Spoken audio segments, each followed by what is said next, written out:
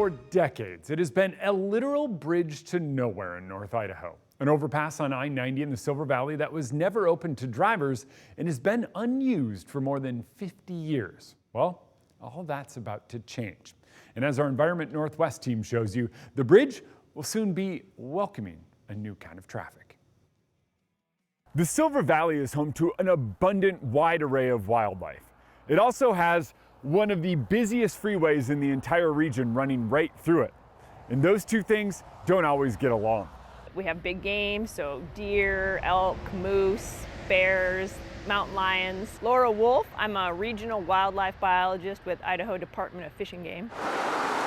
Typically animals will cross along the road and often will get hit by vehicles. Wildlife crossings simply get animals from one side of the road to the other without crossing through traffic. In the 2-mile stretch on either side of this overpass, there were about 75 animals hit in the last 10 years. The stretch of road from the east side of Coeur d'Alene to the Montana border has the second highest density of roadkill anywhere along Interstate 90 stretching from Seattle to Boston. And luckily, in the last 20 years, I've spent a lot of time doing animal and aquatic conveyance.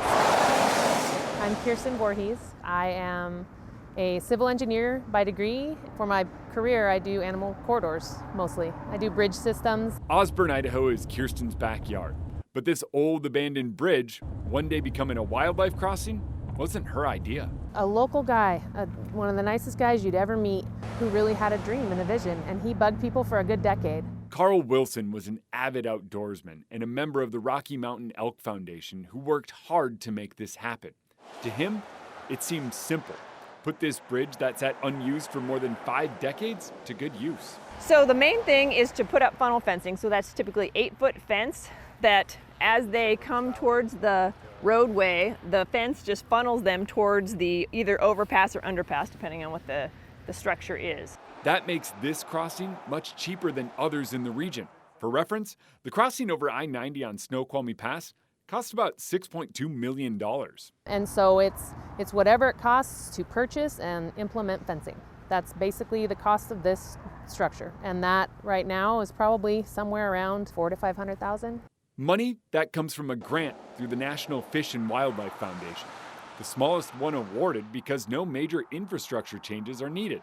Even the pavement on the bridge stays. It just takes 1 or 2 brave cow elk and the rest will go. A relatively easy solution to a dangerous problem, all thanks to one man's persistence. He said, I need you to promise me that you're going to finish this thing if I don't make it.